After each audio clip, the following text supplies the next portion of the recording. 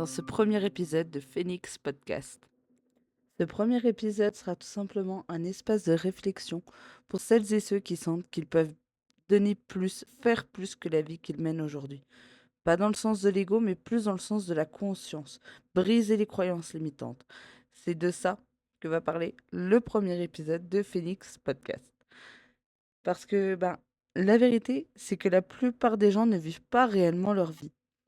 Ils vivent sur une trajectoire qui ont été construites soit par eux, soit par leur entourage.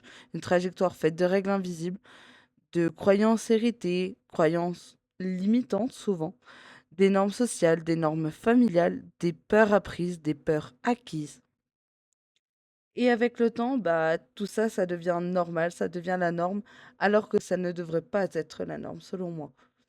On ne remet plus en question, on s'adapte, on avance. On appelle ça la réalité, mais est-ce que c'est vraiment ça la réalité dans le fond? Mais parfois, quelque chose commence à bouger à l'intérieur de nous. Un décalage, une sensation étrange. On ne se sent plus en adéquation avec notre vie, avec notre routine. Comme si on menait une vie, en fait, qui n'était pas la nôtre, tout simplement. Comme si c'était limité, comme si c'était pas naturel. Eh bien, c'est exactement là que le déclic naît. C'est exactement là que votre transformation commence si vous vous sentez concerné par tout ce que nous venons d'énumérer jusqu'à maintenant. Pas quand tout va bien, pas quand tout est clair, ou pas forcément quand tout va mal. Le déclic peut arriver sincèrement n'importe quand, c'est en vous et faut passer outre les peurs, faut passer outre la crainte, faut saisir cette opportunité dès qu'elle se présente. Et c'est là tout l'objectif de ce podcast. Apprendre à savoir, comprendre les mécanismes invisibles qui façonnent nos décisions et surtout reprendre progressivement le pouvoir sur notre propre trajectoire. Et pour ce premier épisode, j'ai voulu commencer sur une base essentielle, quelque chose qui influence absolument tout dans nos vies. Notre rapport à l'argent, notre rapport au travail, notre rapport à notre propre corps et surtout à nos ambitions. Cette chose, c'est le conditionnement invisible. Alors, pourquoi conditionnement invisible? C'est simple, c'est quelque chose qui nous conditionne depuis toujours, mais qu'on ne voit pas et pourtant on vit en permanence avec. On est donc persuadé que ce sont nos limites naturelles, alors que c'est souvent ce qui a été construit autour de nous. Et c'est bien pour ça qu'on parle de conditionnement invisible. On aime croire qu'on est libre, libre de penser, libre de choisir, libre de décider, mais en fait la réalité, elle est vachement plus complexe. Notre cerveau est une machine à adaptation. Dès l'enfance, on nous apprend en observant. On observe nos parents, nos enseignants, notre environnement, la société. Et à travers ces observations, nous construisons une sorte de carte mentale du monde. Une carte qui nous dit qu'est-ce qui est possible, qu'est-ce qui ne l'est pas, qu'est-ce qui est valorisé, qu'est-ce qui est risqué. Pour faire simple, cette carte mentale, c'est simplement devenu un pilier normalisé dans nos vies. Sauf que petit à petit, ces informations, ça devient des automatismes. On réfléchit même plus, on fait, on agit, tout simplement. Le problème, c'est que cette norme-là, surtout, n'est pas forcément toujours alignée avec notre potentiel, avec notre façon de vivre. La norme, c'est souvent, honnêtement, une moyenne de comportement, une moyenne d'ambition, une moyenne de sécurité. Et vivre dans la moyenne n'est pas forcément adéquat et aligné avec tout le monde. Mais pour certaines personnes, honnêtement, il arrive un moment où la moyenne, soit elle est étouffante parce qu'elle est trop haute, soit parce que la moyenne, elle est tout simplement trop basse par rapport à nous, par rapport à nos exigences, par rapport à notre souhait de vie. Et c'est bien là le problème, en fait. C'est que ces personnes-là, en fait, elles ne vont tout simplement pas comprendre pourquoi elles ne sont pas comme les autres, pourquoi elles ne sont pas alignées pour les autres, pourquoi elles ont un mal-être en elles et qu'elles n'arrivent pas à le changer, pourquoi changer de vie, ça leur paraît autant compliqué alors que sur le papier, ça paraît simple. En fait, c'est tout simplement parce qu'elles sont bloquées par leurs propres capacités, elles sont bloquées par leurs propres croyances.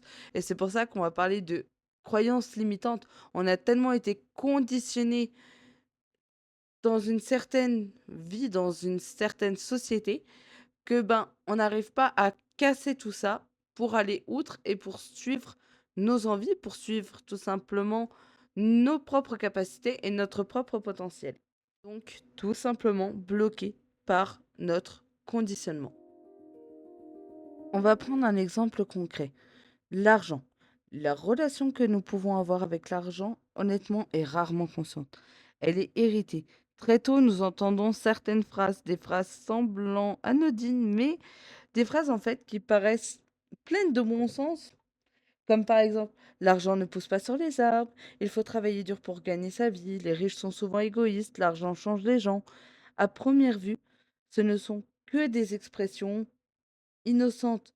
Mais en fait, à force de les répéter pendant des années, elles deviennent comme des programmes, elles nous conditionnent à visualiser uniquement cet aspect-là, parce que c'est ce qu'on nous aura dit toute notre vie. Et c'est bien là le problème. C'est que du coup, tous ces programmes, toutes ces phrases, toutes ces expressions qui paraissent sur le coup anodines, bah en fait, ça va influencer toutes nos décisions, nos ambitions et surtout, ça va conditionner nos limites. Et le plus troublant dans tout ça, en fait, c'est que tout simplement, on ne le réalise pas. On ne réalise pas à quel point ces idées ne sont pas forcément les nôtres. On ne réalise pas à quel point tout ça, ça va limiter notre vie, notre conditionnement, nos croyances. On s'est approprié ces phrases, on s'est approprié ces réflexions, alors qu'en fait, ce n'est pas forcément notre façon de penser, ça ne va pas forcément avec notre façon de vivre. On en vient juste à se dire, bah en fait, c'est tout simplement comme ça que le monde fonctionne.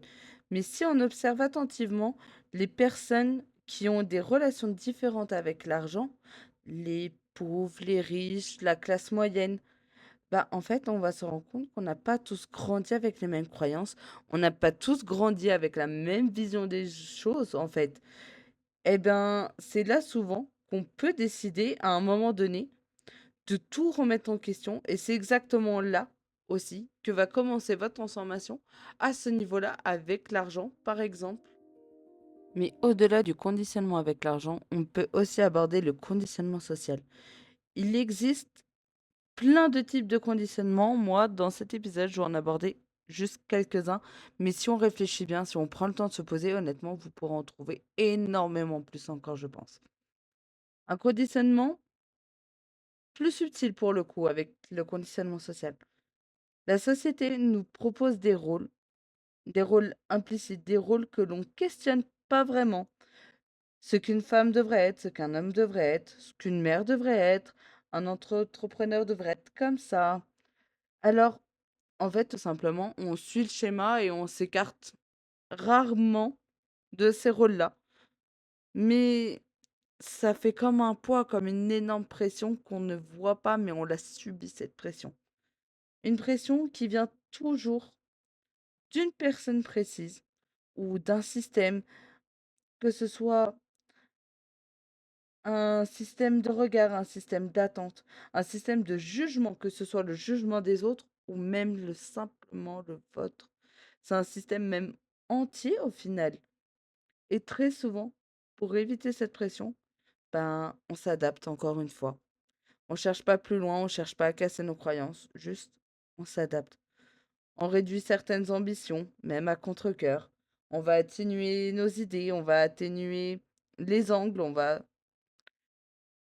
tout simplement tâcher de faire tout beau, tout propre. Alors que nous, bien souvent, on veut plus, ça nous suffit pas. Mais c'est pas forcément parce qu'on manque de courage, attention. C'est juste que des fois, on veut aller outre, mais à force d'avoir été conditionné comme ça toute notre vie, on sait tout simplement plus comment faire, on sait tout simplement plus comment aller plus loin. Et il y aura toujours du monde autour pour vous dire, attention, sois ambitieux, mais pas trop. On peut aussi donner l'exemple de, oh oui, impose-toi, mais pas trop. Pense à toi, mais pas trop. Il y a toujours ce mais.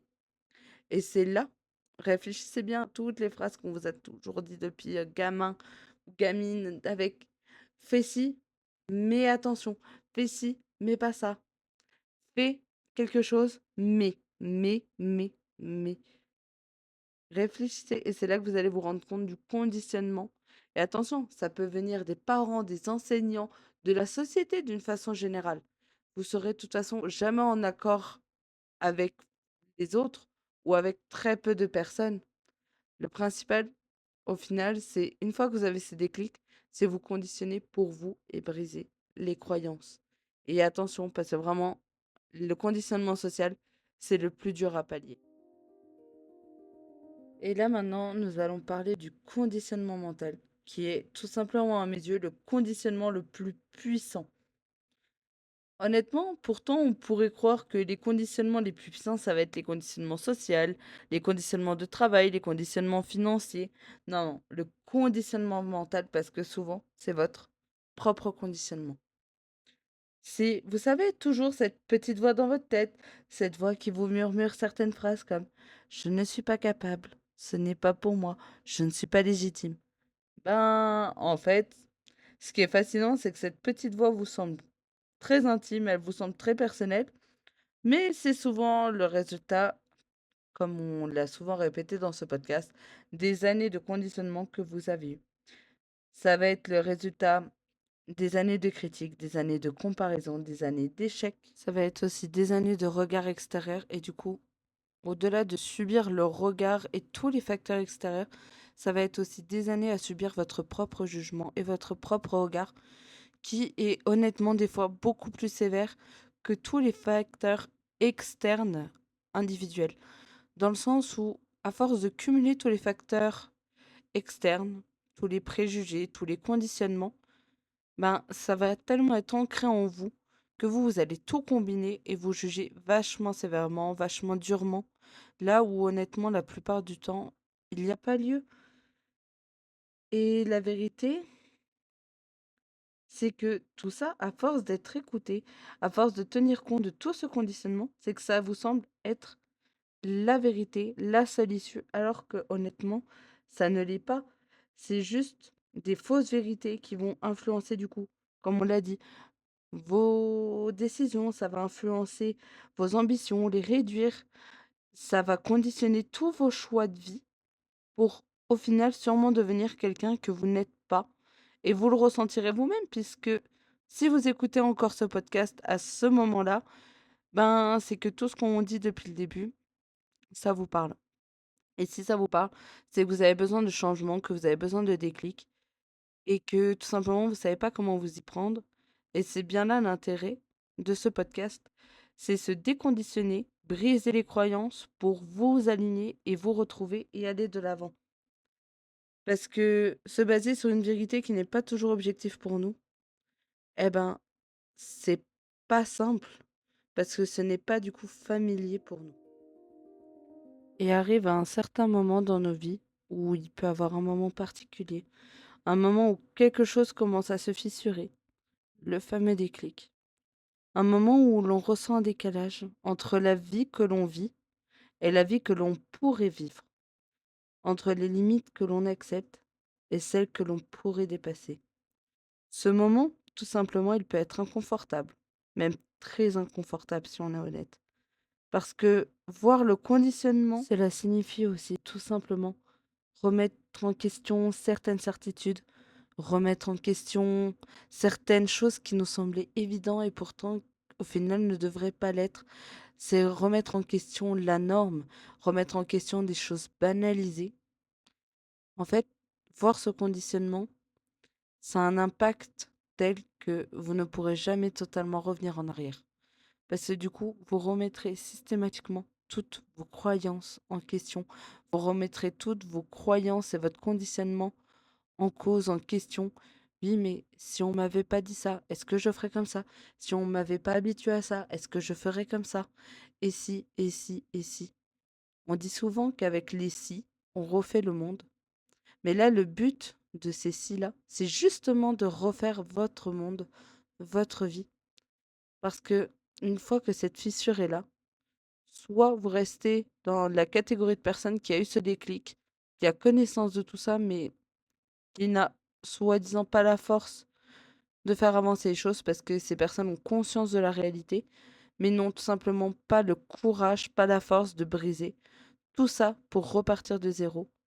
Mais peut-être que vous qui écoutez ça aurez la force de tout casser, aurez la force de briser les choses, aurez la force d'impacter vos décisions, votre vie, et de commencer à devenir tout simplement la personne que vous souhaitez être.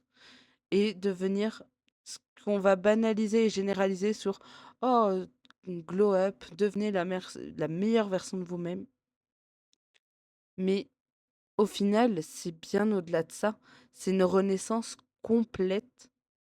Et c'est bien pour ça que nous allons aborder tous les sujets pour avancer consciemment et changer tout ça dans Phoenix Podcast. Et tout ça, c'est aussi le début significatif et conscient de quelque chose de très précieux. C'est le début de la liberté, de votre liberté. Pas une liberté absolue, certes, mais une liberté progressive. Une liberté de choisir ses croyances, une liberté de choisir ses habitudes, une liberté de construire votre trajectoire, votre vie, votre route et votre destin. La liberté de vous choisir vous, plutôt que de choisir tout ce qu'on vous a appris pendant des années. Vivre pour vous et non pour eux. Le conditionnement invisible n'est donc pas un problème, c'est juste une simple réalité humaine. Nous sommes tous influencés par notre environnement, par notre histoire, notre vécu, par les récits que nous avons entendus pendant des années. Mais la vraie différence entre les personnes qui stagnent et celles qui décident de transformer leur vie, leur trajectoire, leur histoire, c'est la conscience. Quand on commence à voir les structures invisibles, on récupère quelque chose de précieux, le pouvoir de choisir. Choisir ce que l'on garde, choisir ce que l'on détruit, choisir ce que l'on construit à nouveau. Et c'est exactement l'objectif de Phoenix Podcast. Apprendre à voir, apprendre à questionner et surtout apprendre à construire petit à petit comme un phénix qui va renaître de ses cendres. Sauf que cette fois, on le fait de manière consciente et durable. Je vous remercie d'avoir écouté ce premier épisode de Phoenix Podcast. On se retrouve dimanche prochain pour le prochain épisode. Et si cet épisode a résonné en vous, alors c'est que le travail ne fait que de commencer.